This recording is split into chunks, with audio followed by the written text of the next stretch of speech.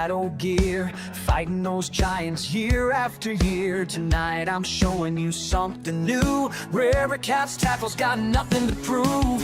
Built by fighters who know the game, tested in battles that earned their name. J&S signature, that's what we trust. When monster cats strike, this rod's a must. You paid your dues, now raise stakes. This is the moment, the change you'll make. No more players fall. This squad's built to brawl. River Cats tackle, answering the call. When giants strike, we're standing tall. J&S signature leading the way, breaking the limits day after day. No more playing small. This squad's built to brawl. Howdy doody. What's going on, people? I know what's going on. They complaining because we 5 minutes late, like we're not worth the wait or anything. Yeah, we got Greg Burgess, we got Jason Cutter, we got Lisa. I seen Creo in there. Who else we got? Catch Chris Fish is with in. us. Yep. Glad he's home now. Got H. Lee Osborne. Yep. And V. And yep. I think you got him. We got What y'all up V. to? Ow. Just waiting for somebody. The usual. Waiting for somebody to notice who's on the panel. I had to come home to reality. What's up, Norman? And I had to work this weekend, so of course I'm lamenting not being on the river.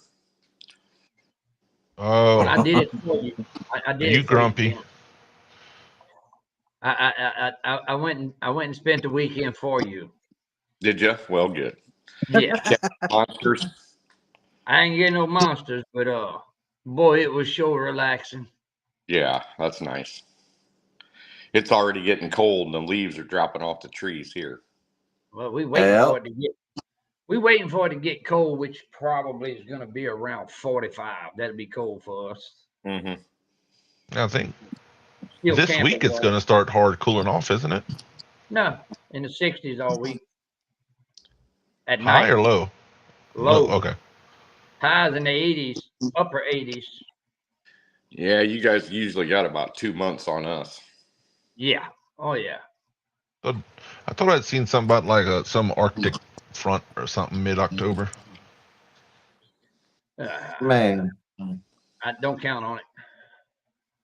Oh well. I know. Further north of us, it's already leaves. They're full blown fall now. They got leaves changing color. We got leaves changing here, but not as fast. Yeah, but our lows are in the 40s, but Lance, I'm ready for that real cold weather. Lance, you live almost in Canada. I mean, really? Where's the Green River? Well, which one? I don't know. Mike Greenwell posted it. So is there one near him? Yeah, there is. There is. Okay. Well, I know there's one in Michigan and there's one in Oklahoma, and there's possibly one in Ohio. Or thereabouts. Yeah, 90 pounds out of those areas sounds pretty damn good. Yeah. Yep. Well, we've got the annual fall migration, which puts them in different areas than usual.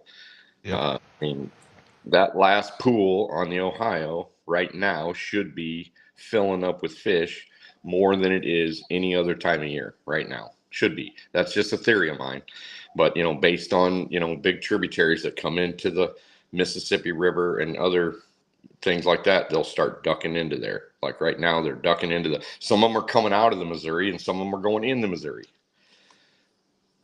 Lots of movement. He said Western Kentucky, Southern Indiana. There you go.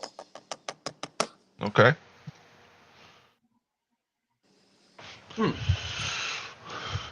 Yeah, it's definitely been good fish down here. Well, and your area is just going to get more full. Yep. As the days go. I'm waiting. you guys have Look, more Captain fish. Dave. I look at the fish finder when, Creel's on live or whatever, and there's more blue cats per gallon of water down there than there is up here by far. I mean, by far. We're definitely spoiled. Yeah. Couldn't imagine if you lived at my house your whole life with the way you fished, the size fish you'd have caught. Well, I dream about that about a lot of places. Like if I lived 20 minutes from St. Louis, I'd be out on the river right now. And yesterday after work, and the day before that after work. I mean, right. If it's only if it's under an hour, buddy, I'd be fishing. Yeah, because you're multiple hours to get to any kind of catfish ground. Well, any kind of big catfish ground, yes. Yeah.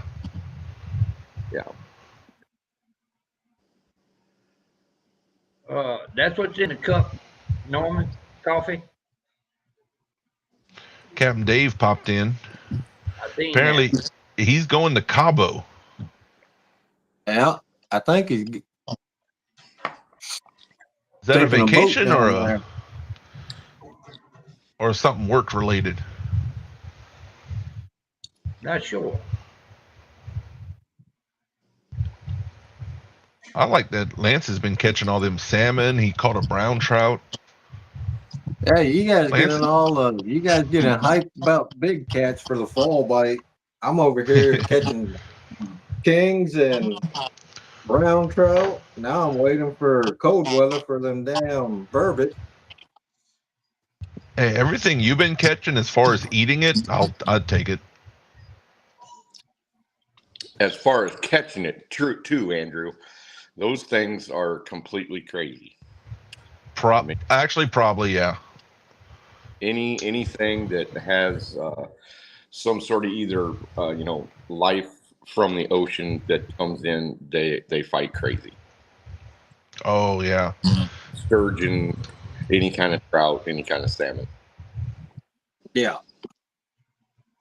And if they're like the redfish and the trout in the Gulf here. Oof. There are strong trout in the Gulf by a long ways, Andrew. There's a lot.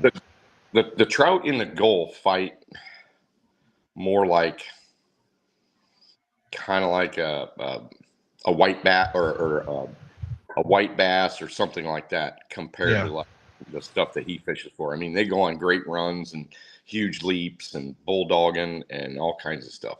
Oh, that'd be fun. Nah, Jason, I call them burbot and I call them dinner. He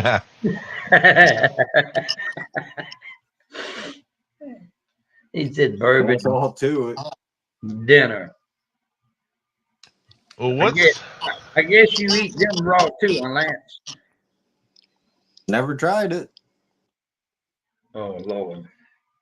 Well, I guess while we have Epic on today, we'll go at the normal question and answers. Anybody you got questions for him, he's here and he loves answering. I'll start my first one. We talked about it the other day backstage after the Golden Whiskers live. What's the advice for this time of year? Water temperatures are cooling down. Fish are moving. Things are changing. Yeah, they are. What's the advice for target differences come from last month to the next few months? Well, most of it's going to depend on water level. And water levels right now, as we know, over most of the country are devastatingly low. So I don't normally mark giant fish hanging out in what I call the abyssal plain. So that would mean, like if you go off the first ledge or even the second ledge and then down into like 50 foot of just flat water, and I don't, usually the bigger fish are going to be tucked tight to some sort of contour or cover. But that has not been the case as of 2 weeks ago. There was some there, but there were more fish just hanging out on the abyssal plain. So I watched a video of Jerry Parker's today where he was basically throwing out off a big rock pit. And I haven't talked to him about it yet, but I'm suspecting that that's kind of what's going on, where you've got more of the big fish moving downriver and just sort of filling in on spots. So as we go into it, somebody like Jerry, that's quite a ways south of me, is going to have a shot at more big fish than I would if I'm there. So right now, I can tell that the downstream migration is more because Sean and I stopped above the, and there was more fish above the dam than there was at any time we checked it during the summer. So they're basically are on their way down back through the dams, which is and pretty soon they'll be pretty devoid here, but start to gather like a traffic jam effect in the south. Okay. So fishing, taking note of the areas that don't normally hold big fish in the big deep plains up here can pay off. Now, I suspect that they're always in those big deep abysses down by where you guys are at, 50, 60, 70, 80, 90 feet. Am I correct on that? Yeah, I've got plenty of that.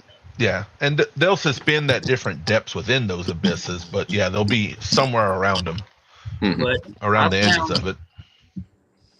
the spot I wanted to get on, I couldn't do nothing with because of the wind. I mean, I had 9 mile an hour, 10 mile an hour winds this weekend. Yeah. But on the last drop of where off that point tank, that big hole. Yeah. Off that, there's there's 3 ledges. You got the first one, it drops down to about 25 to 30.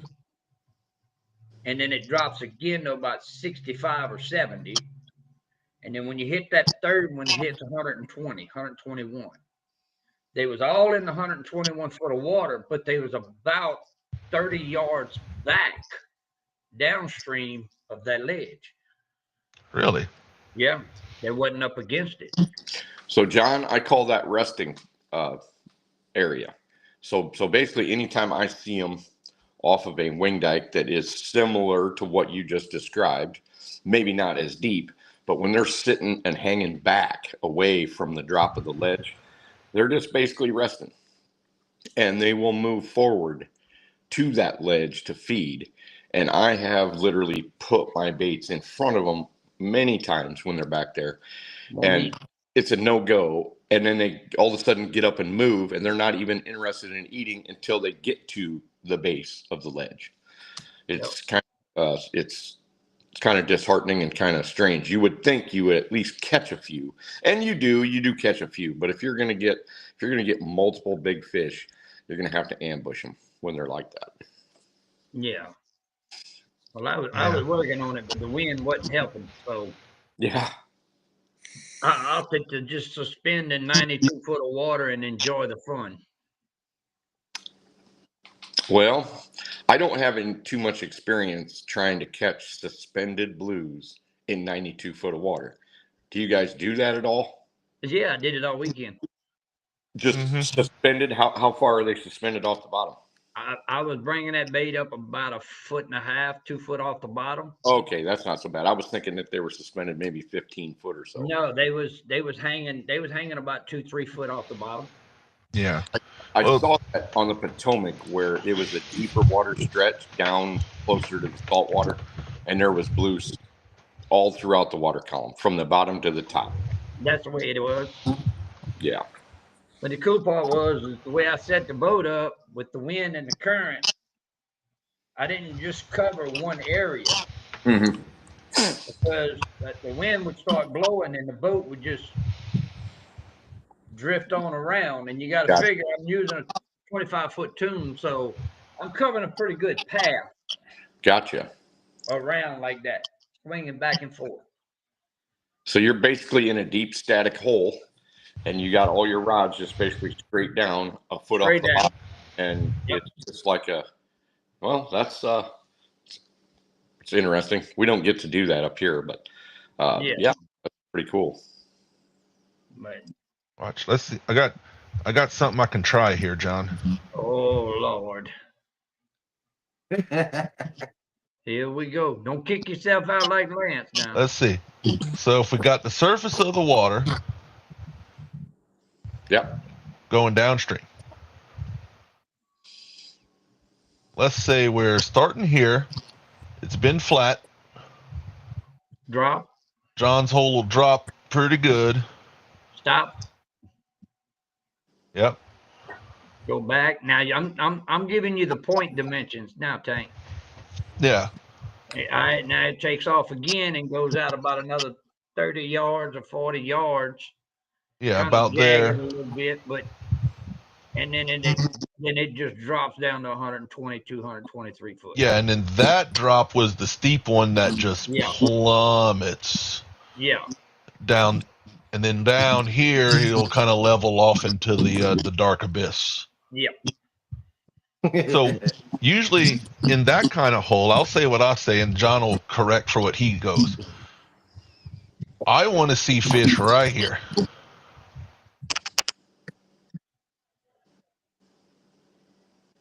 That'll get me excited, is when they're right behind. So you take a bait and you bloop, bloop, bloop that bait. What I tried to do is when I find them like that, you see the second shelf that you have? Yeah.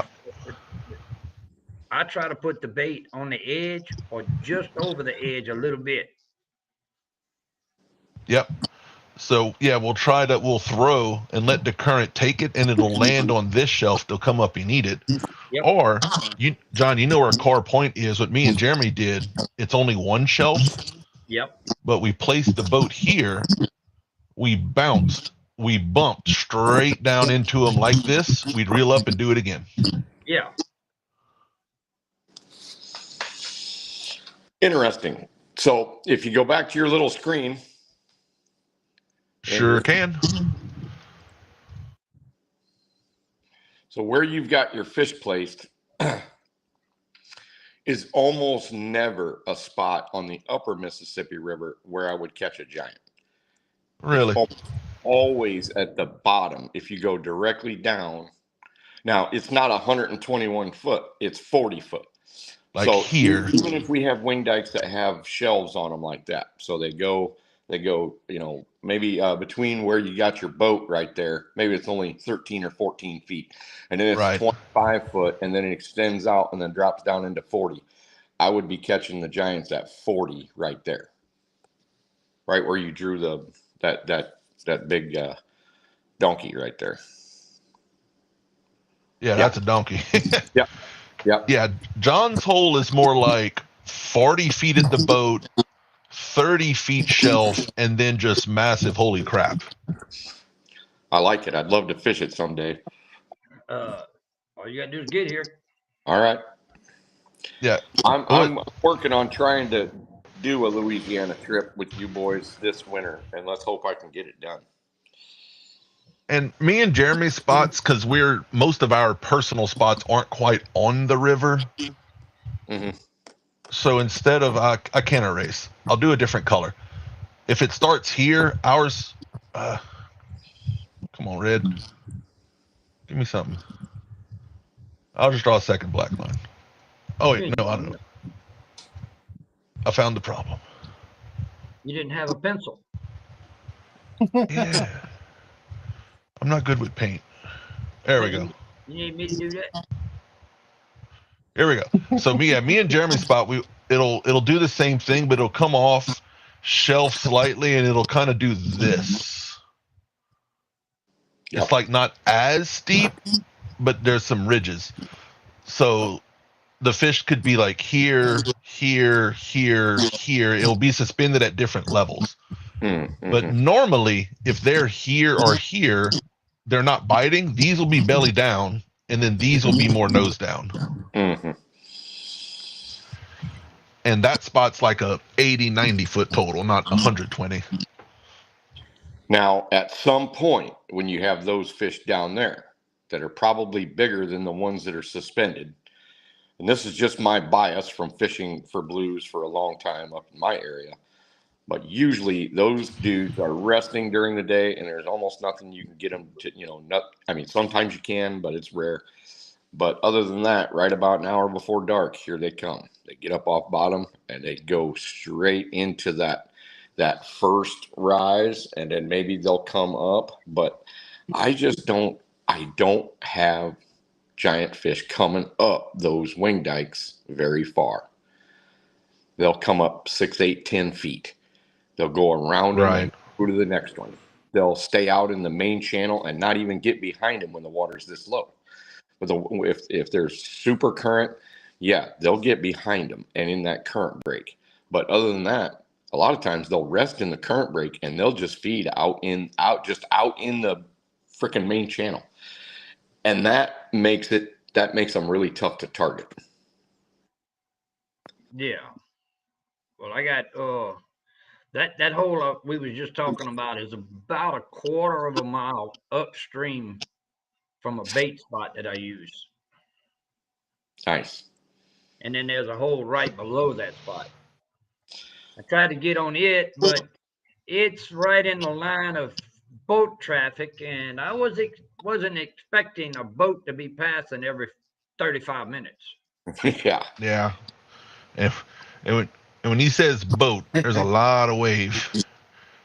Yeah. It ain't kayakers right there. Mm-hmm.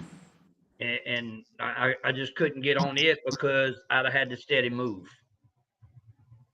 Oh, and yeah, go ahead, Andrew. I was just saying the spot I described as being Jeremy's that looks like that. Remember where I told you where it transitions from Mississippi to red, where the water temperature changes? That spot is at the spot where those two meet. And Jeremy told me the other day, one time he saw a 12-degree difference from one side of the mud seam to the other right there. Oh, yeah. So here's my other question, too. How prevalent are the skipjack down there? I mean, they're just not very prevalent up here. They have been in years past, but I have not seen good skipjack population up here since before the Asian carp. And you got a lot of Asian carp down there, and I wonder how the populations of skipjack are doing. Can you see them on your fish finder? Do you know where they're at? What's the situation with those? My skipjack runs a hit and a miss. But Okay. in that area, I'm not worried about the Asian carp too much because there's about 6 or 7 gator that hang out there. So All right. that kind of takes care of the Asian carp for me. I got some, but not many. We definitely have a very strong skipjack population. This particular year, we're thinking because of the super high flood waters, we haven't been able to catch them rod and reel. They've been spread out, but they're still there because Jeremy will catch one or two in his cast net while looking for shad. Yeah. Well, then So they're you got still a bunch there. of them, because if that population was low, you would almost never catch them in a cast net. Yeah, they're just not biting the normal things we can catch them, but they're definitely there. All right. Yeah, they there. It's a matter of getting them. Yeah. So then what's your go-to bait without the skipjacks? Shad and mullet for me. Gizzard, shad, mullet. Mullet would be a great bait even up here. I think Ryan Bortz was here last weekend. His 50-pounder was on a mullet head. A lot of the other stuff has recently, like those 280s and all, that's all been on a fresh gizzard shad.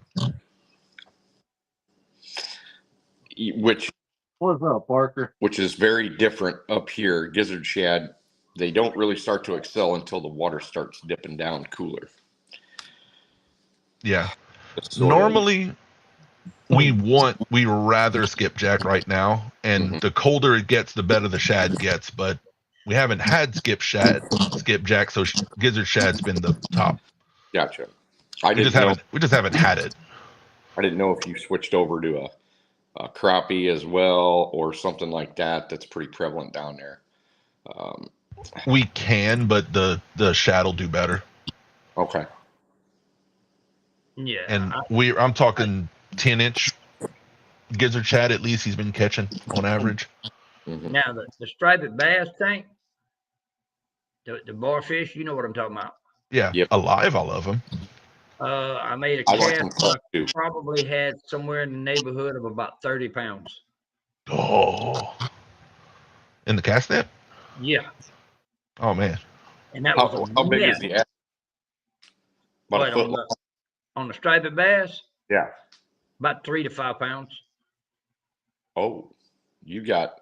Are those hybrids down there? They was like that. Yeah, they're hybrids. Yeah. yeah, we have hybrids and white Hey, bass. just throw that whole thing out. What's that?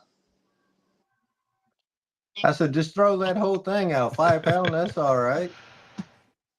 Well, if you were chasing just monsters down there, you might be all right just to cut one of them in half. But believe it or not, I've never Matt caught a Ryan. fish on one. What's that? I've never caught a fish on one. Really? Tried it. Yeah. Huh. Tried Me- that. And another thing I've never caught fish on down here was carp.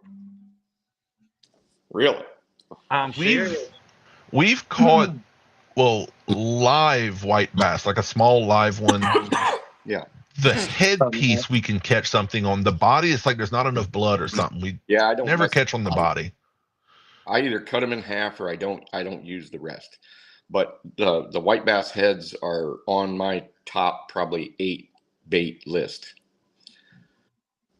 Yeah, and carp. We have in an emergency filleted some Asian carp and made like some fillet strips or something out of it, and it's caught something. It's definitely not. That's an emergency if we do that, but it'll catch something. Yeah. I mean, if I can't catch anything else, I'll use it. But Yeah. other than that, it doesn't do any good for me. Yeah, if I have skipjack, gizzard shad, and maybe 1 or 2 mullet in the boat, I'm not going looking for anything else. That's it. Yeah. Yeah, I don't blame you. Did you see the video that I put out with those small Asian carp? All No. Asian carp. If I can Yeah. get, if I They're can only get about 8 long. Oh, that's some Jerry Parker specials. Those things. 6 to 8 inches, and what I've found when I've been able to catch them is don't cut them, don't do nothing, just hook them on hold and throw them out. Okay. I cut them right at the anal hole. Well, So the- believe it or not, well, on my end, it's different because if you Okay. cut it, they don't bite it. Okay. All right. But you can throw that booger out that long hole, Yeah. and it ain't gonna take 15 minutes on the bottom, and he's 8. Yeah. They perform really well for us. They're But hard to we don't catch. have a shot at it. We don't have a shot at them, but maybe once or twice a year because they outgrow it so fast. Well, they go from a hatchling to a fingerling within 6 weeks. Well, they go from that 6 to 8 inches in 2 weeks to 12 inches. Yeah, Ooh. Yeah. That's why they're hard to find at that size. yeah. I can find you all the 30-pounders you want. Oh yeah. They'll jump in the boat with you. Yep. Just drive around a little bit slow. There's one of the attachable headlights on Jeremy's boat. 2 weekends in a row, at least a 40-pound Asian carp tried to knock it off. Well, they bad about that. Oh my God. Gabe got in the old boat when there was no full windshield. Gabe got hit in the ribs with one. It actually did hurt him. Well, that ain't too bad. I was doing about 25, and one got me upside the head. Ooh. On the pontoon? No, I was in a 16-foot Oh, Cajun special. Good thing my legs was underneath the console. And that Asian carp died when he hit your hard head, huh? carp didn't stand a chance. Over with. Well, I'm waiting for- You just figure what I done to it because it landed back in the boat. I'm waiting for chat to have some questions for Tim. Usually we get a few. Come on, guys. It's all right. So, do you guys ever go target alligator gar since you guys got them down there? I have tried, and I am having a lot of trouble getting them on rod and reel at my house. A Okay. couple of the local guys said ours are pretty hook shy. Now, if we go down to Greg Burge's house south of me, you can catch all you want. Or like around Venice, just for free, catch all you ever want. Gotcha. Like, look at Ryan. If anybody's friends with Ryan Bortz on Facebook, just check his recent pictures. He left our house, went down there, and caught a bunch. Well, and that's what made me think of it because I saw Ryan's videos about that. Yeah, yeah. Those ones a little closer to saltwater, they catch them all the time. They consider them a nuisance a lot of the times. They catch them so easy. Yeah, down in Memphis, Hey, that damn Asian carp, they beat the hell out of Randy's pontoon. did you see the ones that that gar Pat caught the other night, Friday night? Oh, that was a good one. I can probably find that picture in a minute too. Yeah, just 4 or 5 foot long. Let's see. Yep, I'll pull it up here. We have a couple of good RCT pictures in a row. Right there. No window. This one. There we go. All right, yeah, so that's Pat's son. They caught a sheephead. That was probably in Bay St. Louis. Yeah. Cody got him a flathead. Oh, I think 2 pictures ago. Apparently his dog was playing with it in the water.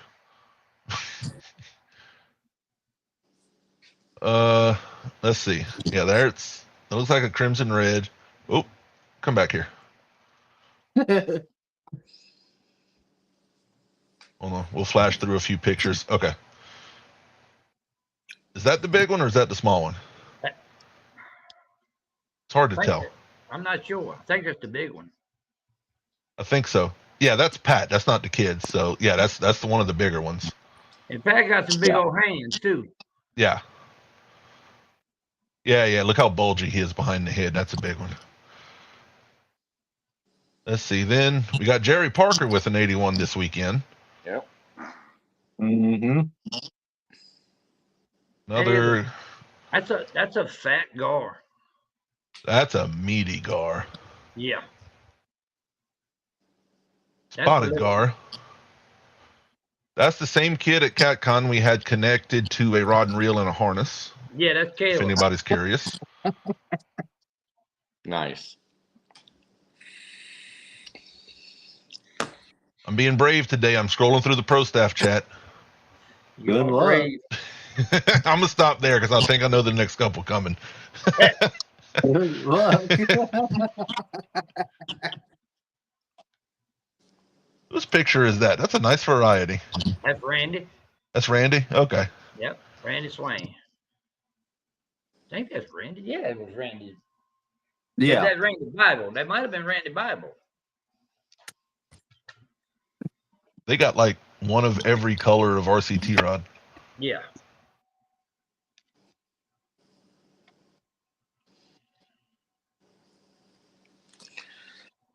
Oh, here's one of your boats. Yeah. That's the size boats we got. You're sitting there trying to suspend.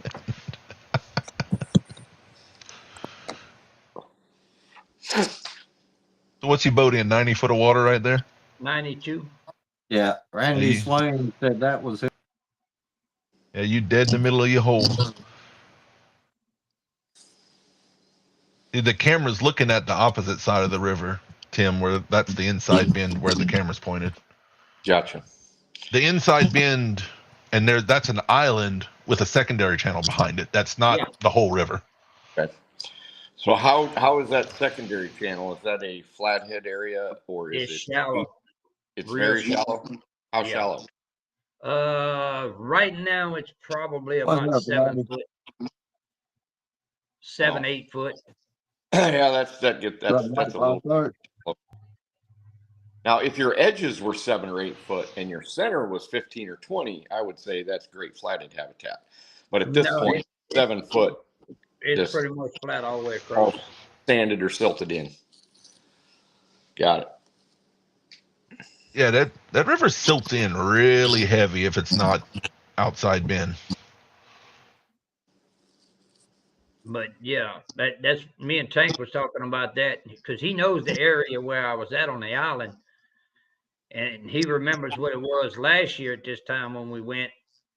And I was explaining to him this time what it is, and he's like, "Wow," because where I was at last year was a big hole that was cut out in the sandbar that you can go in and park behind it and not have to worry about anything. Well, Yeah. that's all flat ground now. There is no more hole there. Mhm. And it had to put 20 something foot of sand on top of what was there last year. Yeah. Yeah. It's ridiculous. Yep. And believe it or not, a lot of that sand comes from clear the hell up here. It'll march down like nobody's business whenever we get floods. Yep. Yeah. Oh yeah. Sandbars change every high water. Yeah. Oh yeah, Mike. John loves that spot because he doesn't go for necessarily the biggest ones, but boy, John will catch some 15 to 30 pounders all day and wear you out. Yeah. He'll sit right there. Where that video was, he will sit right there for 12 hours. Yeah. And just wear them out. Wow. No, Friday after the live, he caught 2 24-pound fish back to back, man. Well, when I went on live with Stan, I caught a 35, a 34, and a 17 in less than an hour. Nice. And then Just the live suspend drift. You were just suspend drifting your little thing. I was just suspending right there. The live, when we ended the live, right after he ended the live, I doubled up on 2 24.5s.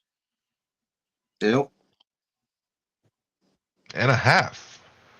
Not Yeah, just a believe it or 24, not. 24 and a half. And you can ask Lance.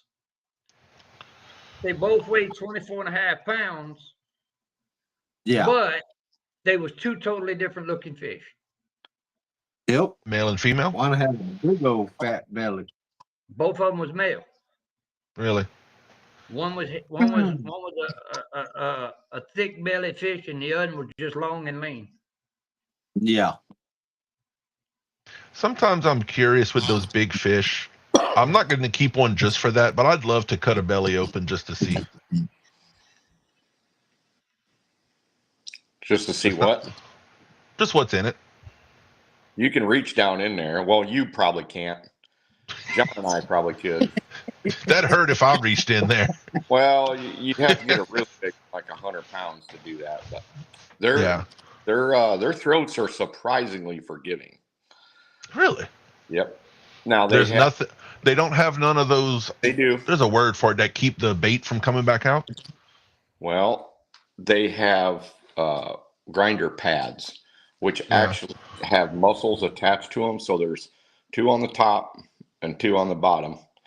And they will literally grab a bait. Just say a 20-pound catfish eats a 10-pound carp.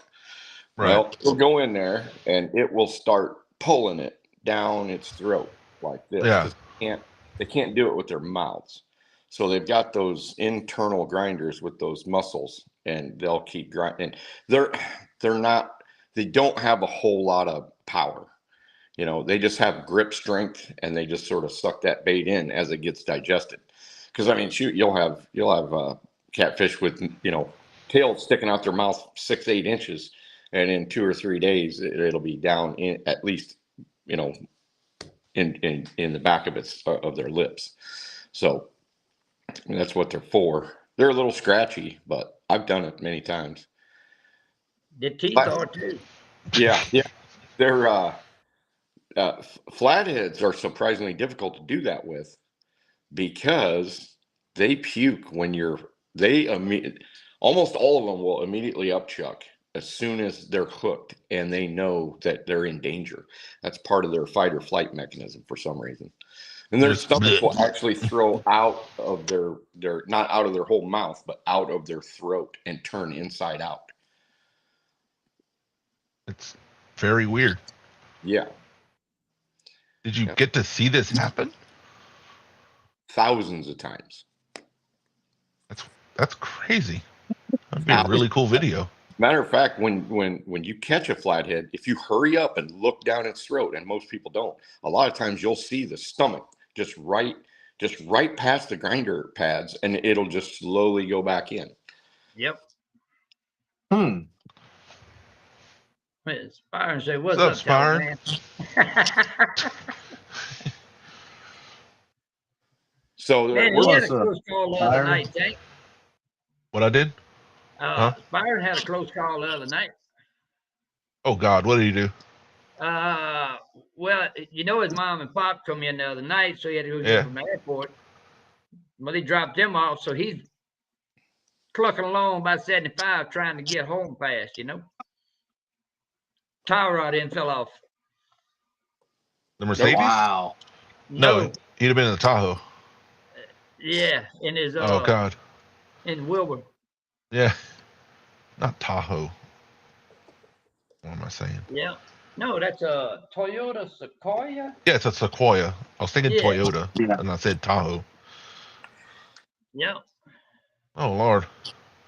So the fishing is so different between where I fish and where you guys fish. Here's some actual proof. So as soon as I got River Cat's tackle rods and Spyron's Ancient Mariner reel, right after the trip I took Joe to, I started throwing that particular rig to the fish that I could reach. And 90% of the fish, I actually started doing it before that.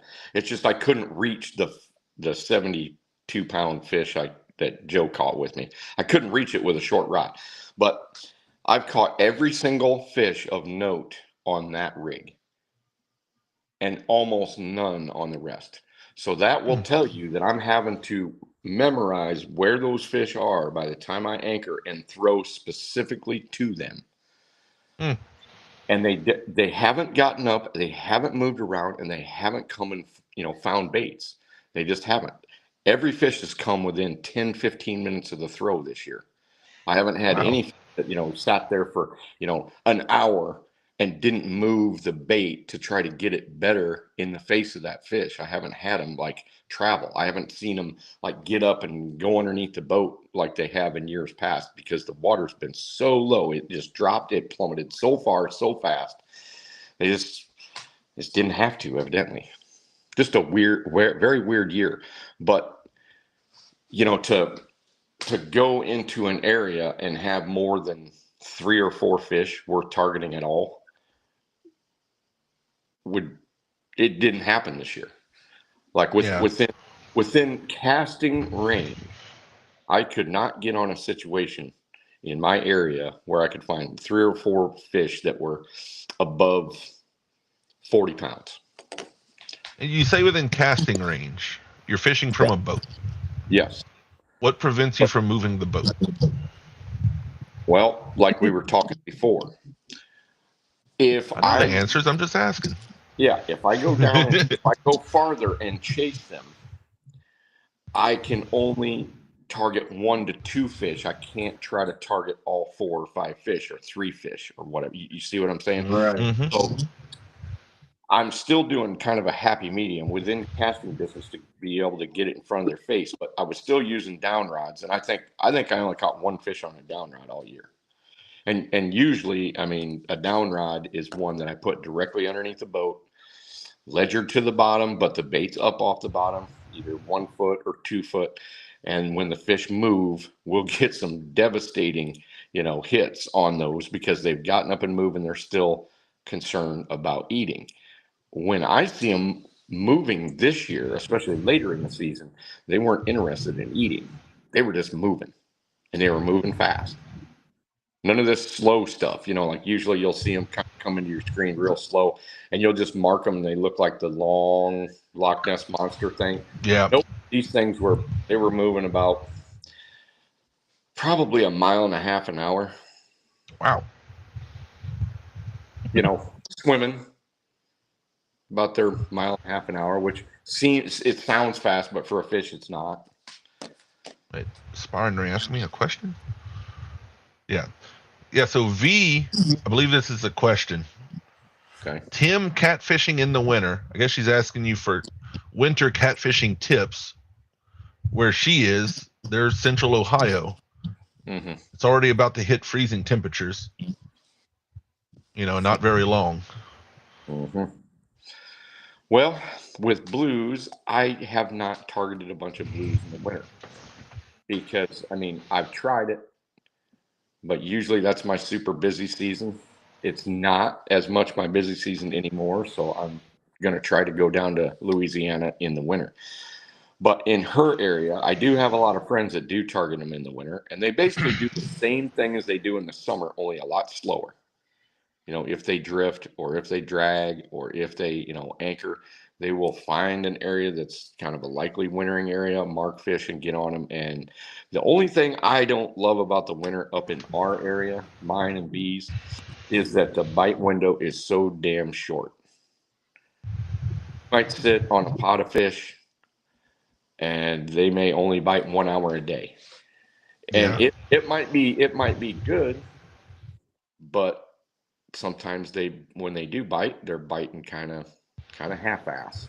So it's not, winter fishing is not all that great here, but when you go down farther south, if I was in Chris and V's situation, I would probably try it on the Ohio, but I'd most likely try to go take a look at that last pool on the Ohio.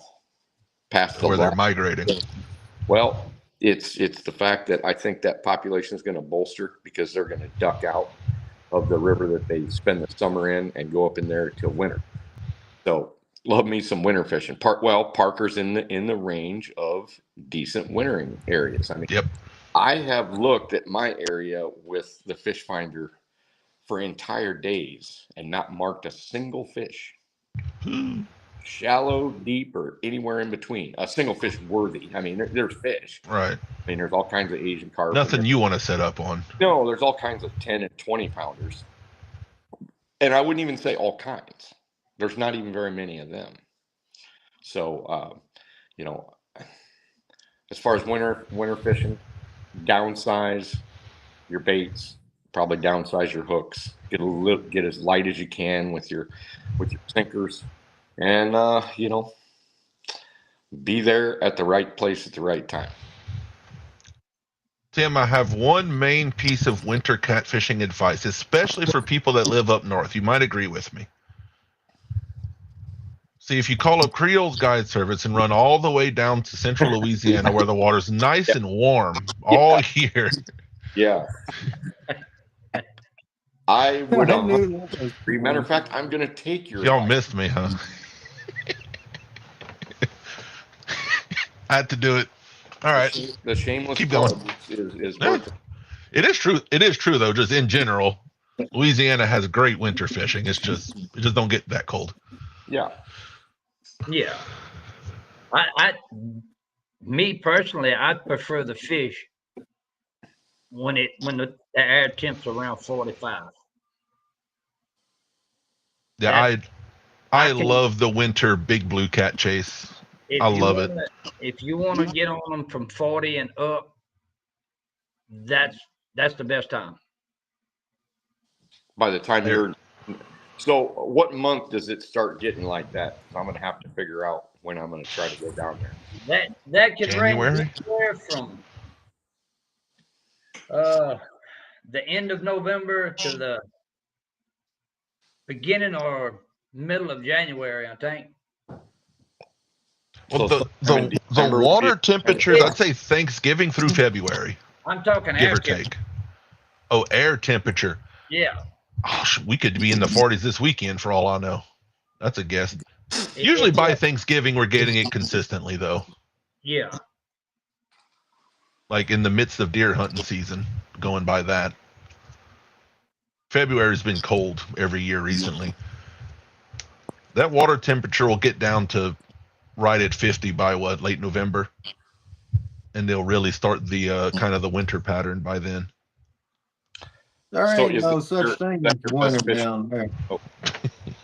Is that your best fishing of the year at 50 degrees, or do you like it a little higher than that? Well, me and Jeremy have been bumping and having so much success lately. Mhm. It's hard to say. Besides the particular bump and bite in our bumping spot, which is kind of its whole own thing, Mhm. historically, that cold water go to our big ledge holes in the winter is our let's go bust some PBs and catch some monsters. Historically, that's been it, aside from our recent bumping success. Well, I'm more interested in that than a fish a minute. That's for sure. You know, as far Oh, as right. catching big fish. Uh, what about you, John? Is that your preferred in your area when the water gets down to 50? I don't worry about the water temp. I worry about the air temp. Okay. Once I get around 50 and below, that's when they start moving better and doing better on my end. Gotcha. I got a buddy that does a lot of bank fishing down south, and his best off the bank so far is, I think, 69 or 70 Hmm. off the bank. And he'll fish all summer, but he's like me. He says, "Man, I'm waiting for that first good 50-degree night. I know it's going to turn on." Hmm. That's the bigger fish start moving in when it does that. Yeah. Yeah. I mean, there's a long way between where I'm at and where you're at. And the Yeah. big fish start pushing down and down and down. And your population of big fish, when that water gets cooler, is going to go up. I wouldn't know how to quantify it. I wouldn't know how to say, well, you've got 3 times or 4 times or 6 times as many big fish. I don't think there's any, even the DNR doesn't know about that. The only way to do it is be a specific, telemetry study and and deal with big fish from stem to stern and see how far they go. Then you could quantify how many more big fish get down into your area. But there's no money in that, so nobody will ever do it. And what me and Jeremy call our spot is locked off by dams and everything. Mm-hmm. We gotta go a mile and cross the dam for the hard migration to become a thing, which is a pattern we're going to try a lot harder for in the near future. We're trying to expand. Good. You're going to need to. Yeah, we're purposely, except for when he's on a guide trip or something like that. If it's like just me and him, we're doing experimental, learn more stuff fishing. Yes, that's very important, especially if you're going to guide.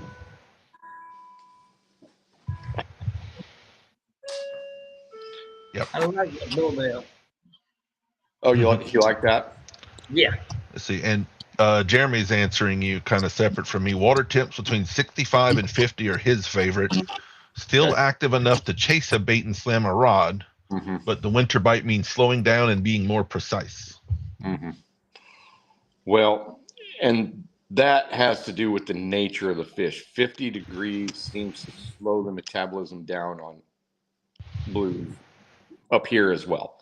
The ones that are here, they're very slow. The ones in the Missouri, very slow. And, they're not going to slam rods usually. It's just going to be a slow pull down, and that's it. And we don't hardly even, up in my area, we don't hardly ever get flathead bites below 45 degrees. And it significantly drops, the activity level significantly drops even at 55. I got a DM from Norman Mountain, Tim, to help you illustrate something we were talking about earlier. All right. Can you see the stomach up past, or he's just talking about the grinder pads. Yeah. Yep. Yep. It's just a nice picture. That must have been a pretty good fish there. Yep. Yep. Yep. It's a good view. Looks like some eyeballs back there. Yeah. Where'd my mouse go? Oh my God. On a really big flathead, they're about 3 inches long. Oof. They're about that long and they're about that wide. On your normal, 45, 50 pounders, they're about like that. Let's see. Here's a question. asking Creole, but would flathead be around the rocky areas by the back this time of year?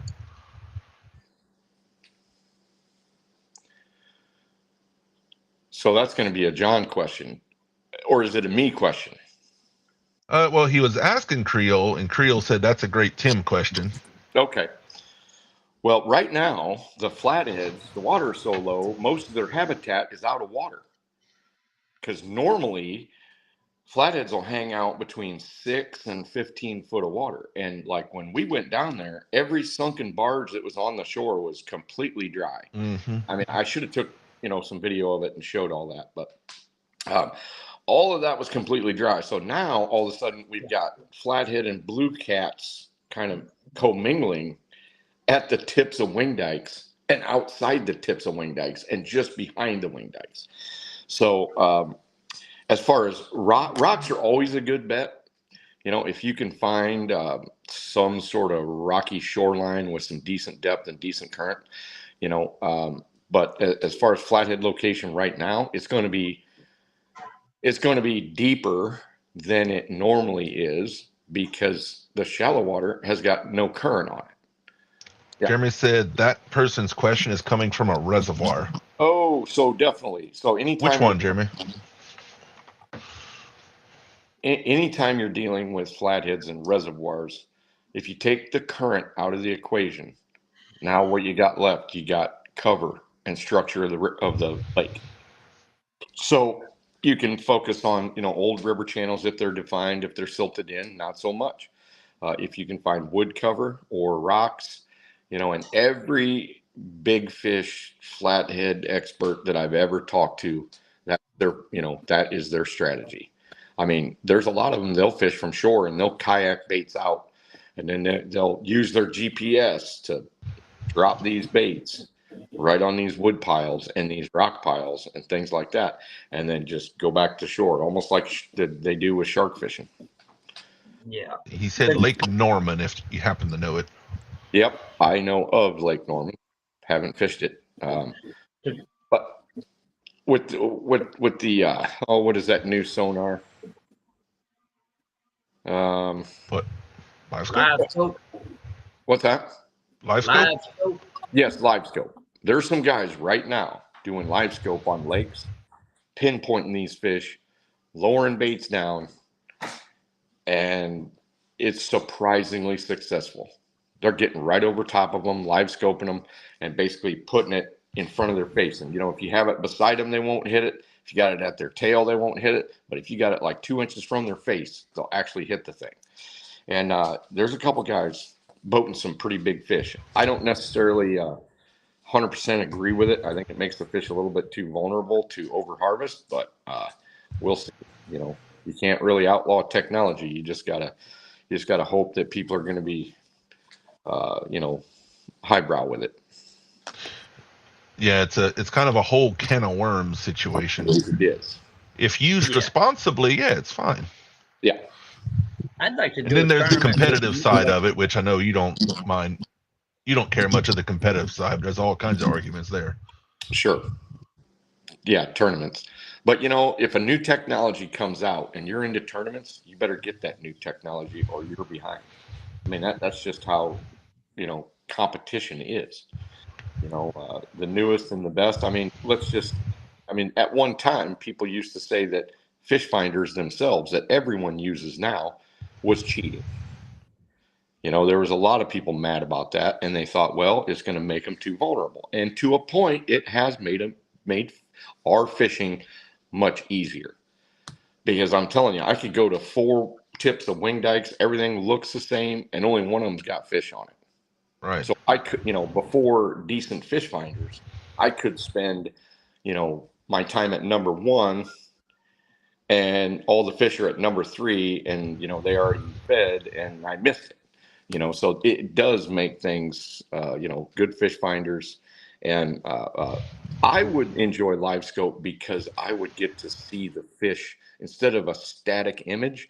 I would get to see whether they're moving or not. I would get to see if they're, or just laying there. I would be able to see whether it was a flathead or whether it was a blue cat. because I know for a fact I sat on some pretty large flatheads, not this weekend, not the weekend. Well, I think it was the weekend before, but anyway, I'm pretty sure I sat on some pretty large flatheads and I didn't have the right bait for them. I should have just went and tried to get some live shad and came back down onto them, but I was really focused on some giant blues. And, you know, I didn't have moon eye either. I could have went and thrown for moon eye for them. But, you know, with my limited time, I tended to focus on the big blues. Yep. And even if you know they're there, like with live scope, got to get them to bite. Yep. I think it was last year at Vicksburg or somewhere. There was somebody that we knew had live scope. They were looking at a big old blue down there. They were drop shotting right on him. Nothing they could do could get him to bite. Eventually, they got mad. They said they popped him in the forehead with the weight. Yep. Wouldn't move. Wouldn't move. I believe it. I've seen it in tanks many times. I've seen it with flatheads where fresh baits and they haven't eaten for 7 days and fresh bluegills just the right size are swimming on their lips and it won't do anything. Yeah. Nope. Start to wonder if somebody's gonna get so good with it they just start snagging them, but they snag them right in the top lip with a hook and go, "Look, I caught it." Well, that's already been done. That was already been done when they were doing that supposed wintering flathead stuff and in fishermen years ago. They were all even that they were biting, but and maybe a couple of them were, but not the amounts that they were talking about. They do it. They use live scope to snag paddlefish, spoonbill. Yep. Yeah, I bet they do. They are. Yeah. I wanted just to find bait. All those gizzard shad we've been using was because Dustin that lives near us found the shad with his live scope and told us where to go. And it was a spot we don't normally try to cast net because there's some current there. So you have to find little tiny current seams where you can actually throw the cast net. Mm-hmm. But sure enough, they're piled in there. Well, gizzard shad do like current, but they like plankton more. So they're more on the plankton than they are on the current. But if you can find a place that has good plankton and good current, you know, not catfish current, but just enough, it's usually a pretty good shoe-in for some big shad. Our normal gizzard shad spots absolutely is what we do. These spots are actually, John, he's cast netting at the fence by the hydro. Yeah. Like, Yeah. I've considered casting from the bank right there already. I did it a couple weekends ago. I crawled down there. You have to buy a cheap Walmart cast net because it'll tear it up every throw. Oh, I know. It's just a bunch of current rocks and trash, but apparently the gizzard shad want to be right there right now. Well, you just described almost every place we have gizzard shad in the North Country. Current rocks and trash. Yeah. Yeah. Current rocks and trash. And you're risking your net about every time you throw. Oh, yeah, that's what it's been. I think last weekend he popped 3 barrel lines and he had to fix to go today. Yeah. So do you guys have marinas down there that you can throw net in? Not me. Shoot, our rivers don't even have a single dock at the boat landing, much less a marina. Where do people keep their boats? Everybody Their own trailer? house. They all At trailer. home. Okay. Mm-hmm. Yeah. We have a few marinas up here that'll be, you know, shad and Asian carp, gar and carp area. You know, they won't have moon eye, they won't have white bass. Well, sometimes they will have white bass when the shad are a little tidy when they first hatched. But you know, as far as shad, that's one of our better areas. Lagoons, marinas, gravel. The guys down south in like the brackish water, they have some, and yeah, they get all they want. Yeah. Of all kinds So of stuff. where do y'all get your mullet then? You got to buy it? No, Catch it in cast the net river. it. Okay. They're Oh, they'll just come right up- up along the bank. Nice. I mean, what a great bait. I mean, they're fairly cylindrical, but I mean, shoot, they're 6, 8, 10, 12, 14 inches. You know, I mean, just Extremely tough. Yeah. You cut him in half. Wow. One of my favorite live baits because they are the hardiest fish I have ever seen besides maybe a garfish. They'll survive on a hook for 12 hours. No problem. Mullet? Yeah. Oh yeah, So easy. you guys No throw 'em- problem. John, cool do you throw them for flatheads? The cool part about a mullet is if you leave and you put him on live and you figure you want to leave and go to your next spot, you can reel it up and just leave him hanging there and run for another 10 minutes, Jeez, set up and drop him back and he's good to go. Oh yeah, that's a great bait. That's like a super bait. I do it. That's my favorite live bait for garfish when I do my noodles, because he'll pull a noodle all over the place. At the end of the night, if I don't catch, I'll unhook him and let him go. He's still alive. He just got a hole in his nose. Well, that's pretty tough. Oh, that mullet's tough. So once again, John, do you use them for flatheads down there? Look, I'm not gonna lie to you. I have no concern for flathead. Okay, I all right. Some guys don't. I have. Well, I was telling you the other day, we're not great at flatheads yet, but that's on my list of things I want to use. If you get the opportunity to come down, Tim, Yeah. I got some spots you can look at, Okay. and I know for a fact that a 65 come out of there already. Okay. Well, I mean, there's going to be some big water's going to have some big flatheads. That's all there is to it. It's right in an eddy. It's in a 90-degree bend, and all that old revetment. And So crappy, dude. this is a spot that's still tank. I don't know if you remember it or not, but back in the day, they used to put asphalt instead of revetment. It broke up too much. Yeah. Well, it still has asphalt, broke up revetment. I mean, Ooh. yeah. Well, you're not fishing it on the bottom then. Oh yeah. Yeah. Oof. The way I fish it, I mean, he's gonna get the bait and he's gonna run and he's gonna break the anchor off anyway. Yeah. You just run that break off dropper Yep. and let it go. Yeah. Yeah, those spots are nasty. I don't think we have any. Jeremy might, if he's still listening. I don't think we have any asphalt spots on our side. It's all been redone too recent. Yeah.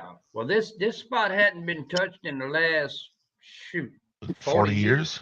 Yeah, that's what I was about to say. Yeah. After like the flood of 73, they picked up their game on all that kind of stuff. Well, I can tell you for a fact, this spot hadn't been touched since 73. Probably, if it's full of asphalt.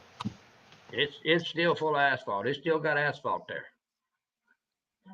Yeah, most of our waters were created since then. All like our outflow channels and all our stuff. Yeah. But yeah, I watched a video on that revetment stuff not too long ago. It's very interesting. In Simsport, between the bridges? That I believe. I'm not even. Oh, no, I don't know exactly where it was, but they showed how they made it. They showed how they put it out there. Mm-hmm. I've actually watched them do it. Epic. Neat. That's pretty It's cool. crazy. You'd never believe that big whole setup would just back straight out in the river. That is crazy. I saw that on that video and I was like, huh. Yeah, and how it just dumps off of it. I think Jeremy's helped on some. I know he's built like wing dikes and a few things. He's helped on projects like that before. The different construction companies. Yeah. Jeremy's seen a lot of weird crap get built. You ever watch? I don't know if any of y'all have. I don't know if y'all seen it or not. But have you ever watched them slope the bank? Yeah. No. Man, there's a bucket on there bigger than the. I guarantee you that bucket's 25 foot wide. And they'll take that crane and they'll swing that bucket up and they'll catch that bank and they'll just gradually bring it down according to the graph that they're going off of to run it. What's up, Randy? We don't have any of that stuff up here. We have wing dikes, but we don't have any revetment. We don't have any of that stuff. The only other thing we have is limestone riprap rock. They didn't do any revetment. They didn't do, they didn't do any of that stuff. Yeah. It's kind of cool right now. The water's so low you can see so much of it. Like if somebody doesn't know what it looks like, I Yeah. can go take you a picture so easy, like this. Where I know Danny Stone and them fish, they're standing on revetment. Yeah. The water's so low, they're standing on their revetment casting out.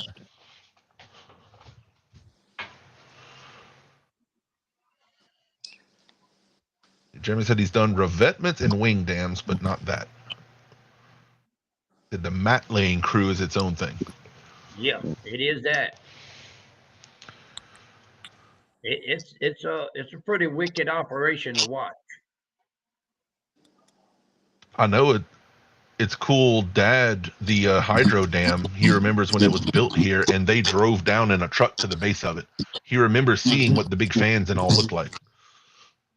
Yeah. That was when we first started fishing, trying to figure out what it looked like over there. Nice.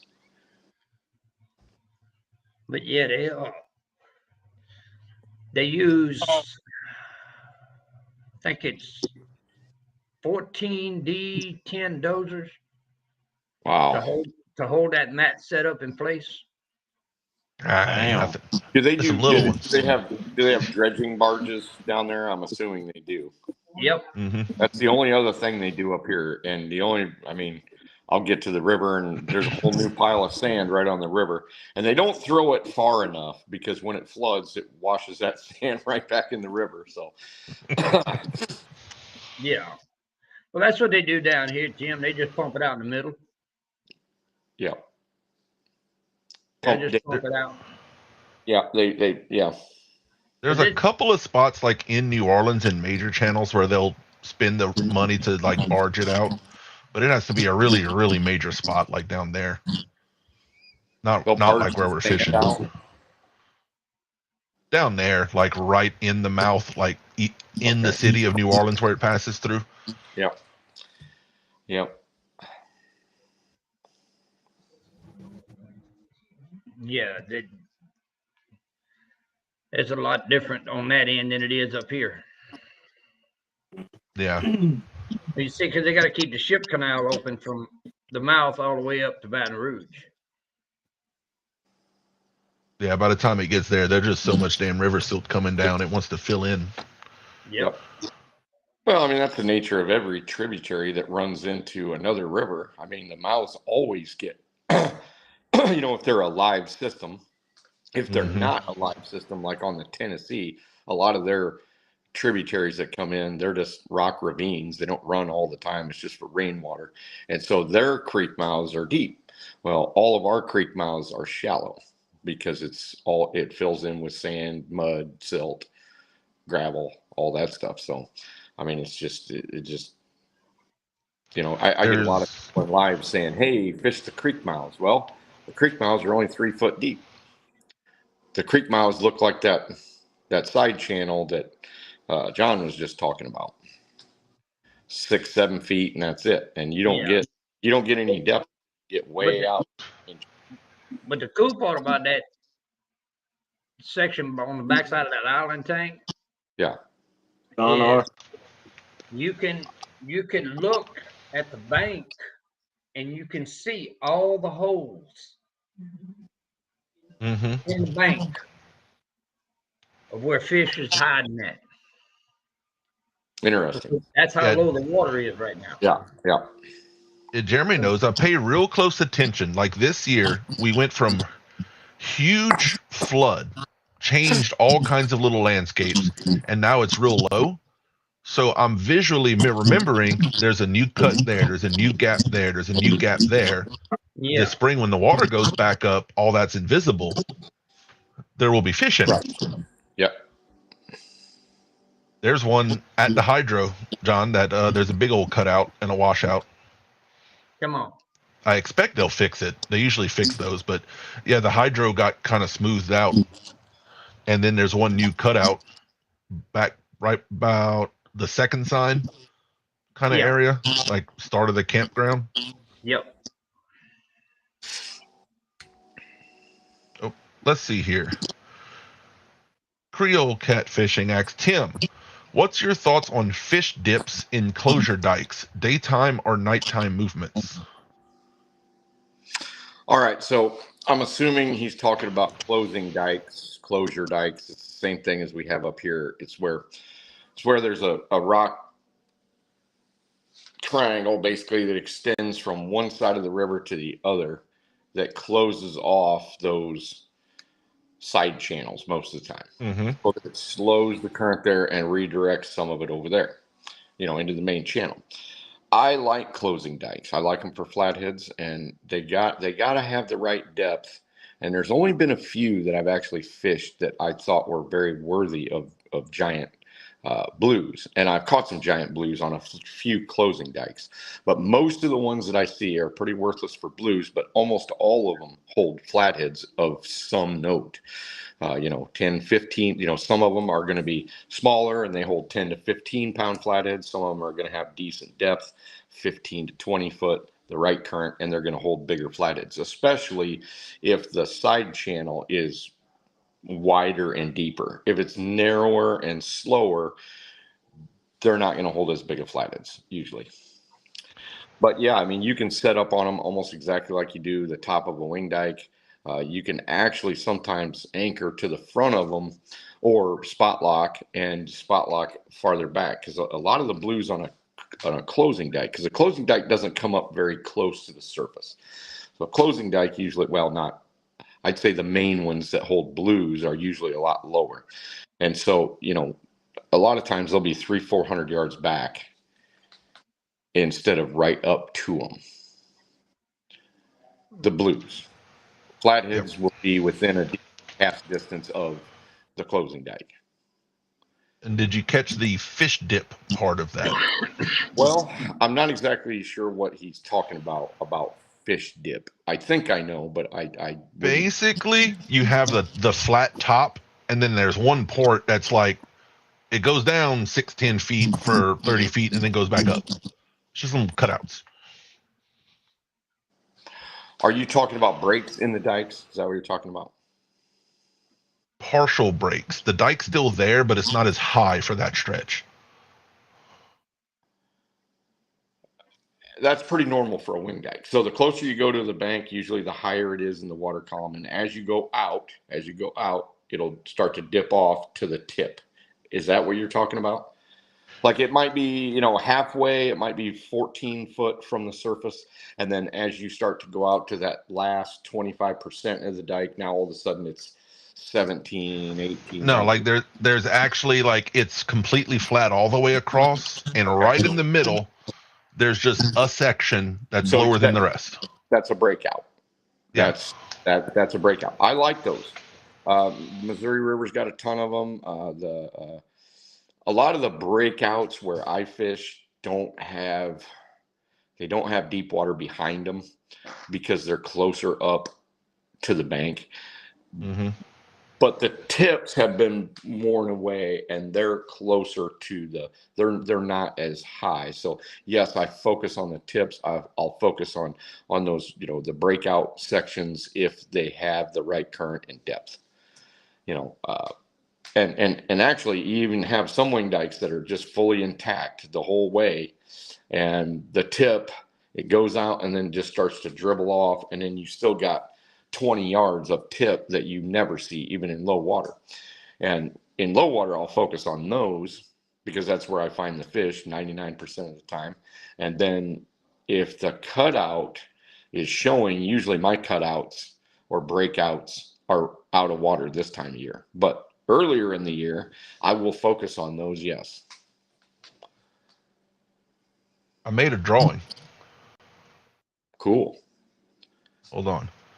Because closure dike might be very confusing for some people, and so is my drawing. So the river's going from right to left.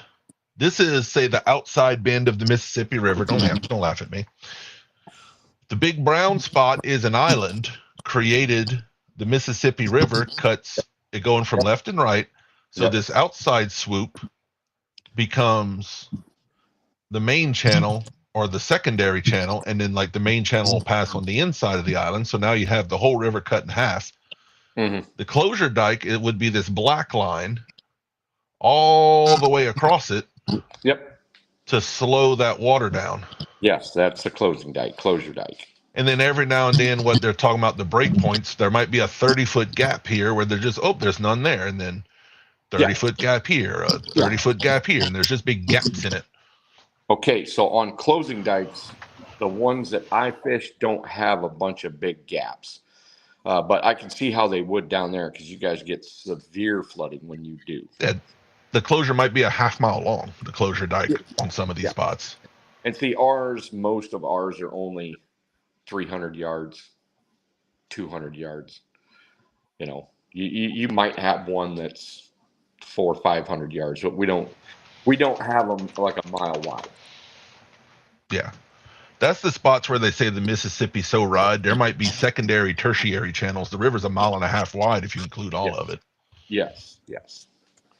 Yeah, and we have some pools up here that are more like a lake pool that I don't fish because they are lake pools that are a mile wide. But most of the stretches that I fish are a quarter to a half a mile wide at the most. And I prefer the narrow stretches because it has increased current and usually has a kind of a migration stopper, you know. So anytime you got a wider section of river and it narrows down to a smaller, it's basically a pinch point.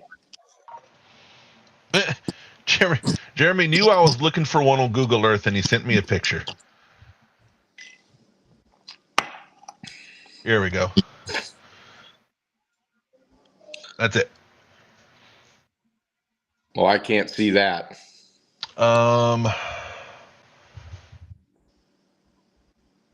I zoom this in? You should be able to. Well, and I'm going to save the image and pull it up myself instead of his, and I might be able to.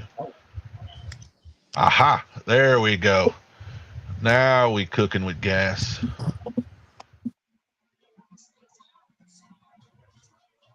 Okay, so that's out. Apparently this is just below Red River Landing. I know where we at. So the river's going from up to down here. All right. This is the main channel. That line is an entire closure dike. Oh, okay. And you can actually see a break in it here. We're talking about two different things. Those, okay, so a closing dike, what I'm describing goes, just say you've got and I realize this is the main channel, but if it was an off channel and they want to redirect, see where your little cursor is? Yeah. Go, just draw a line from, go right there. Just draw a line there to up, across it. Yep, just like that. That's how closing dikes work. That we call box dikes here. Okay. The Missouri definitely has a lot of box dikes. And to me, it's more winter habitat than it is summertime habitat, those breaks in those box dikes. I mean, I've fished bunches of them. And inside those box dikes is a collection of gar and Asian carp like nobody's business. It's got some flatheads, and it will have blues in some of them during the winter. Yeah, and right now it probably looks about like you're seeing here. When the water's high, this is all water. All of this is underwater. All of this is underwater, maybe except for this big island. Yeah. So that's when the river's a mile and a half across. When the river's low, it's just this. Yeah.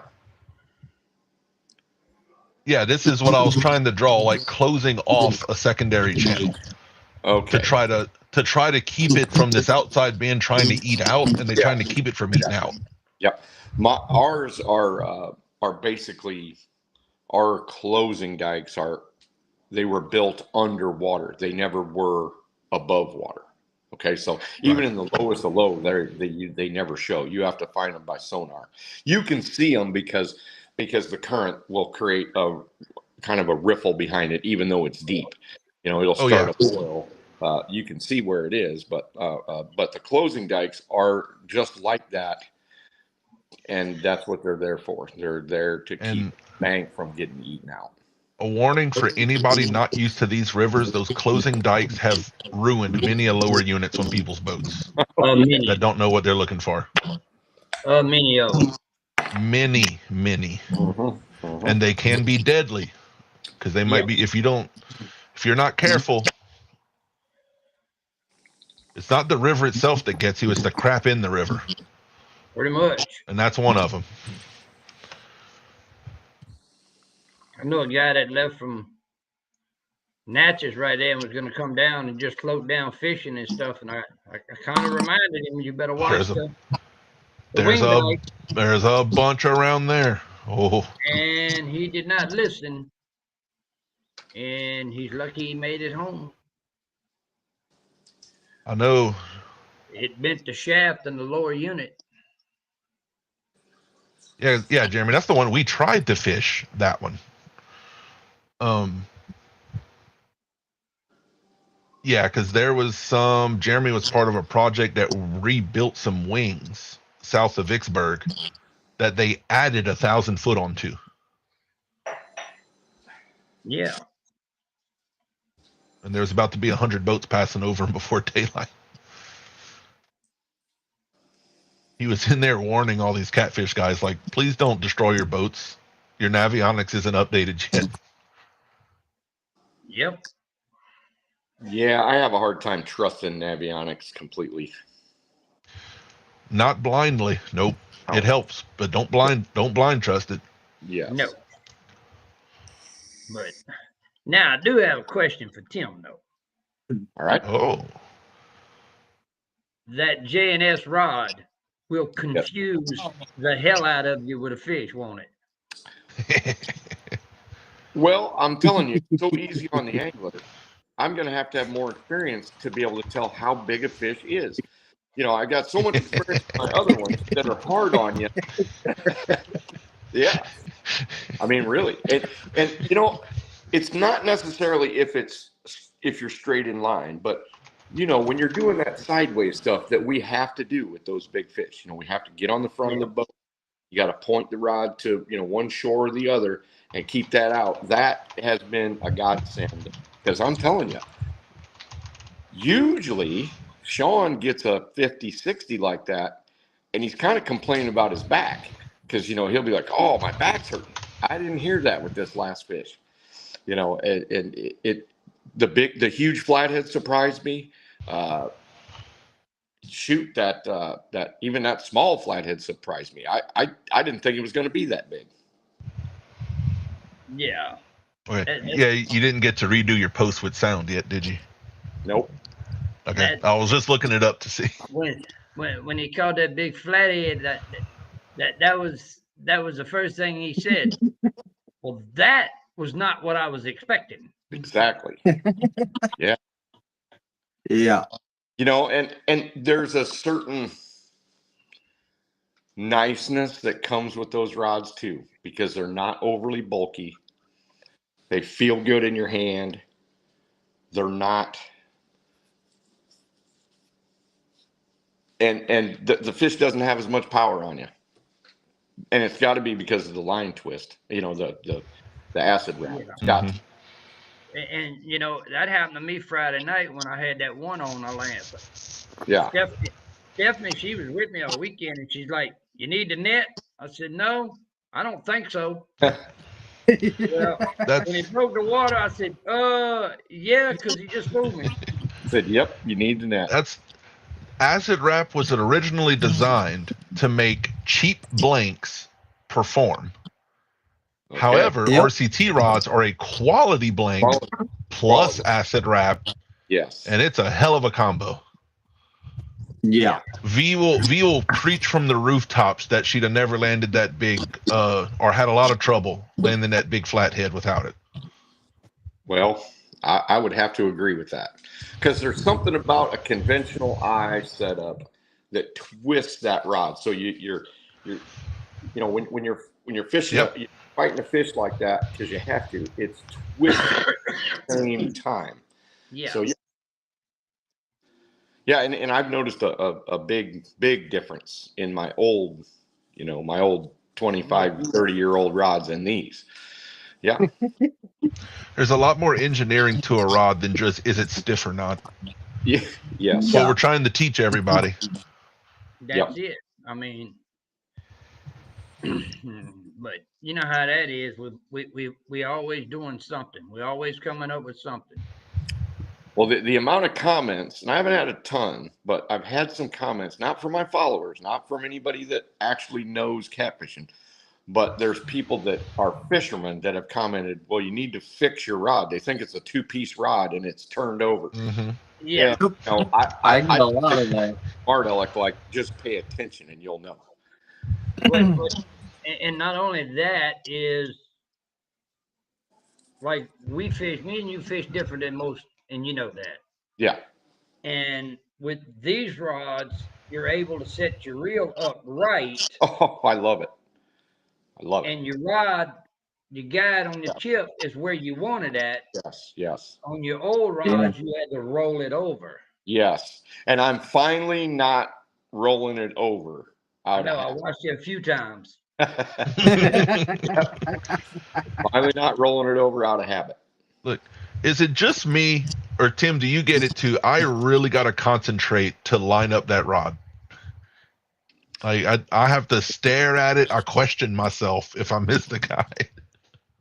Oh yeah, when you stringing it up, yeah, you better pay attention. Well, I am yeah, staring at it. Yeah, when you're doing that. Just passing the line through the eyes. Yep. Oh my Yep. God. Yep. Yeah. Yeah, but I'll tell you, I like them, and I haven't found one detriment to them. Only positives. Yep. Good. And You know, and you would never lie to us. And I'm hard to please. I'll tell you that. Hey. I would tell you if there was some detriments, if I found something that I didn't like about them, but there's nothing. I mean, I like the handle. I hate cork handles. All mine are cork finished with guts, blood, and scales. You know, all my old ones, and the scales don't stick to this. It's nice. You'll get a scale every once in a while. You'll be able to just flick it right off, but that dry cork will just suck that stuff in. Yep. It'll just create Yeah. Yeah. That material came out really good. I call it rubber, but it's not actually rubber, but it came out really good. Yeah. And then if it rains, then all your rods on them cork handles with that 30-year-old bait fish finish, they get all slimy. Yeah. And they tend to pack a little odor with them. Well, that's just my boat in general. Pretty much. Yes, indeed. But yeah, we also. Go ahead. What's that? Go ahead. What you know? I was going to say one thing that everybody that like catches a lot of big fish, every one of them will poop in your boat. Every single one. Oh my God. They'll poop, and it looks like hair and shit. It's Yep. white. Oh yeah. Yeah, little ones will do it a little bit, but it's like you took a moose glass of poop and threw it in your boat. The 80-pounder Dustin caught a few weeks ago, I watched it. It was facing me, belly down on the floor of the boat facing me. I watched it puke. Oh yeah. And then the smell hit me in the face. It was like brown. Oh my God. Yeah. Sean had one literally puke all over his chest one time. he was picking it up and had it like this. Puked all down his chest. It was terrible. Poor thing. Like, get him back in the water. I don't even want to see pictures. Yeah. That's like getting hit with a flock of pelicans, huh? Yeah, It was like a big baby. He just opened his mouth, looked at me, and went bleh.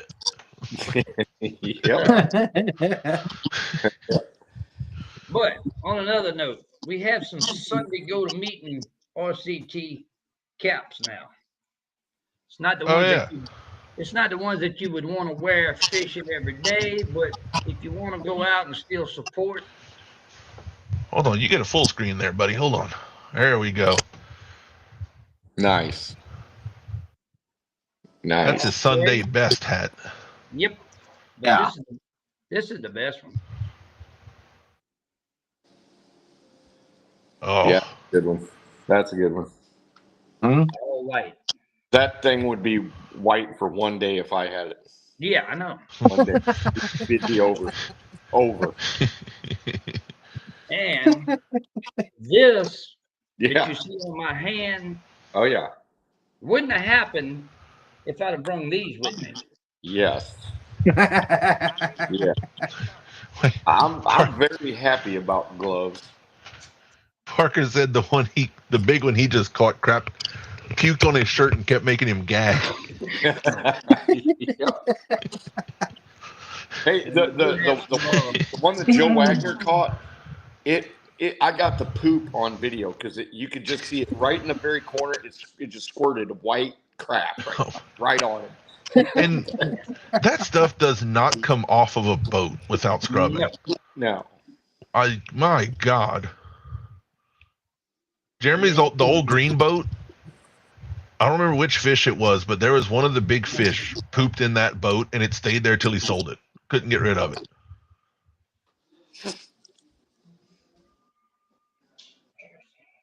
We have some new colors on the jerseys too. Oh my God, John, so much new stuff. Yeah, we changed up a few things. Full screen them again. Yep. We have these now. Ooh. Nice. Yeah. They're different materials. And Is that a long sleeve or short sleeve? that's the long sleeves.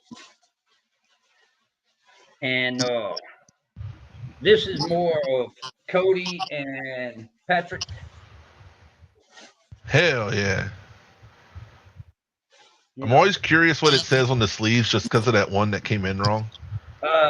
they write.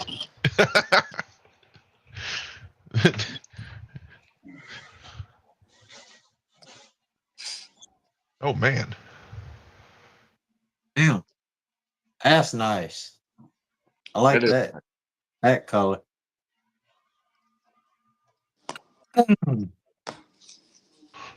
Where's the blue? Because I know you got. Yeah, that's what I'm talking about. Now is all this for sale, John? Every bit of it. What's the prices on these hats and new jerseys? The hats are $20. That's it? That's it. God damn. And that's embroidery. The jerseys are 30 and the gloves are 20. Tell you what, let's make the gloves 18. You're always squeezing out money in the wrong direction. What we got? All right. So if you want any of that, I think the websites we're working on them. That's We do What have one. We do have one other jersey that we're planning on. We're looking at doing, but we're not quite sure. We need to get some input on it. uh-oh. Yeah, Parker, I agree. That orange does look good. Let's see. They all look good, honestly. Yeah, they do. That orange caught my eye. Oh, I remember you talking about those. Uh-huh. That's like a go to the polo club quality right there. Boy. Wait, bring it down a little. Oh, I see, yeah, we see the fish. Creature lead. Yeah. Well, that mirrored camera messes with me. That's nice. Put it on, model it. Yeah, right. You got to get your strut on. Yeah. I done that over the weekend. But if you want to hit them up, hit one of us directly or email rct@rivercatstackle.com. It's best if you email it. She checks the email on a regular. It's easier that way because, especially like starting tomorrow, I'll be at work all day tomorrow and during the week. So it'll be hard for me to get back and forth. But either way, if you can't figure out the email, just hit me up. It don't matter. I'll get to you. Take a screenshot, everybody, because it's up there on the screen right now. Oh, I pressed something and took it off. I'll put it back. Yeah, Just email that them. email goes directly to Miss Stephanie. Check it. Like Yeah, John if you go said. through us, we have to call her. If you do that, it goes straight to her. Yeah. If you can't do the email, by all means, one of us will help you out. Yeah. But if you do the email, if you're looking to get a hat or a jersey, you need to specify what color and the Or a size. rod or some hooks Or or rod, hook, a whichever. date night with Lance. That's on y'all. Trying to make money over here. Hey, Now- pimping now ain't easy, that- brother. Tell them pimping ain't Now easy. Tag trying to be a pimp. Yeah. Hey, I'll start selling Tim's furniture on the show if we got to. I'll sell anything. That's what I was saying. I wanted to show everybody that one just to see. Yeah. So that one's not official or for sale. The catfish one is let us know your opinions. Yeah, That is a looking at it. yeah. Good or bad opinions. If you don't like it, please say so before we make some and nobody likes them. I That's like it. right. You like the catfish one? Yep, I do. Oh, well, I guess that's settled. Well, I also have plans of doing one Night, Norman. with a flathead. Grumpy. Nice. It's just a matter of getting the correct picture of the fish and the colors right. Was that your fish? Actually, no. See, and that shirt, you notice it's not Louisiana waters, because if it was a Louisiana catfish, the whole shirt would be brown and you couldn't see the fish. That's right. And yeah, Unless you're Bob, looking at the very bottom. See, nine- that's what nine- Tim's wearing. right. Tim's wearing a Louisiana River catfish shirt. It's just brown. Just If brown. if you want a hat, a And shirt, the a jersey, gold. gloves, That. Oh yeah.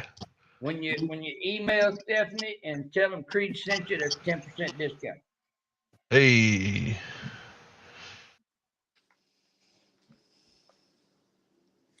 Hot dog, always peddling something around here. Always. We bring up Oh, Tim for Grumpy some Red. questions and advice, and then you pedal gear to him. Well, I ain't peddling nothing, Tim. So it's all No, right, fellas. It's We just kinda use nice Tim as a to distraction. just kind of be able to listen a little bit. Yeah. But Chat was just in listen mode tonight. There weren't that many questions. That's all right. Whenever Tim's on panel, they in listen mode, man. Maybe I should have told more stories. oh, we good. It feels kind of good to just sit back and talk a little bit and listen on. It does after the last 2 weeks. I've worked every day for the last 2 weeks. I'm a little tired today. Oh Lord. Yeah. Parker said for an extra $20 on the order, John will send feet pics. Leave it to Parker. No, Tank will send you the Oh, picture. man, you do. Shoot, give me $20. Yeah, I'll give you the extra 20 if you send a picture of your feet, Tank. I ain't shy about my feet. I don't care. You might not get any return customers. Ah, you never know. It's a possibility. You do got some freaks out there. You know what I'm doing this weekend, Well, hell, John? look at this whole damn bunch. Ain't none of us right. John, did I tell you what I'm doing this coming weekend? No, and I'm scared to hear. Dad he asked me, so we're going. He said, what would it take to get a guide to go sac-a-lait fishing on Toledo Bend? And I was like, 10 minutes and a phone call if you want to go. Well, we're going. Well, that's good. So we're gonna put some in the freezer while we're doing it. I'm gonna ask the guy too, because those guys like, what do y'all see for catfish below where all these crappie are sitting? I want to know. There's got to be big catfish in Toledo Bend. They are. I just don't know people that do it. No, a few. Got to be giant flatheads in there too. Like, there's no way there's not. Is there something special about Toledo Bend? It's just huge and jam packed with every species and bait. Okay. and lots of old structure and stuff There are a lot from of- when it was flooded. There's a lot of wood. Yeah. Then there's lots of flatheads. Yeah, typical. Unless wood is in slack water. The whole thing's basically slack water. Well, It's just the second, like fifth biggest man-made lake in the country or something. Yeah. It's Oh, just a it's gigantic reservoir. does it get flooded by the Mississippi? No, it's between Louisiana and Texas. It's on the Sabine River. Oh, okay. I thought you were talking about an area down by you. So- Well, it's only 2 hours from me, but it's So 2 if- hours due west. Gotcha. If It's a fun Don't be place big- to don't- fish. there'll be big flatheads in it if they stocked flatheads in it, since it's a lake, unless a river feeds it. You want big flathead in Texas? You go to Lake Livingston. Yeah. I believe that's where the state record flathead came out of. World record flathead, 123 pounds. Yeah, it's huge. They got some decent blues in there too. Yeah. But the flatheads rule that lake. That's where I used to fish for when I was living in Texas. That and the Trinity. And those are A not few very other far spots. either. Now, if you want big gator guard, Trinity is the place to go. Trinity River. Oh my God, yeah.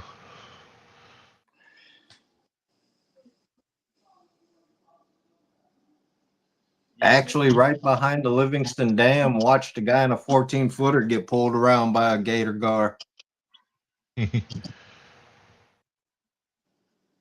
Oh, and we are creeping up on our 2 hour mark. Yep. Did we miss anything? Something don't Tim wants to believe- say? No, I'm good. Unless anybody's got a last minute question. You'll have Last to minute get question. so tired and I'm full of talking. Yeah, we're trying to at least when we hit the 2 hour mark, be like, all right, we're done. We're good. Yeah. All right, I everybody. know I seen a couple of days ago. Actually, yesterday I was watching YouTube. There's a guy here in Wisconsin. I'm gonna try it.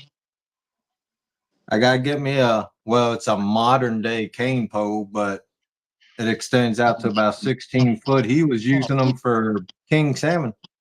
Hey. Oh, I bet that's fun. Oh man, he was hooking into some nice fish, and what he does usually, he said in his video, what he does, he ties a jug on the bottom of the cane pole on a rope. Usually when the salmon grab on, he hooks into a salmon, they'll run, so he'll just toss his cane pole into the Into the water. and then he'll chase them down. Yeah, for largemouth bass, the only places that could arguably be better is maybe like Lake Okeechobee and then like Sam Rayburn and a couple of those that are near Toledo Bend. World Sam class Rayburn bass is and a crappie hot fishery. spot. World class, yeah. Lake Conroe too, man. It's got some nice catfish and bass too. All right. Well, what you got, John? I ain't got nothing else, buddy. That's it. Tim? Thanks for having Anything? me on. Thanks for Thank you. coming as Yeah. always. Anytime. Yep. All righty. Especially at the last minute. Yeah. Tuesday night, I should be live fishing for brown trout and coho salmon. Probably go live about 6 p.m. That and I'm sounds gonna be tasty. fishing all night. On this channel. Yeah, Lance McCougar. Yeah. All right. Say goodnight, Lance. All right, everybody. Thanks for coming in. Thanks for hanging out. Till next Everybody be time. safe this week. See you next weekend. Please. See you.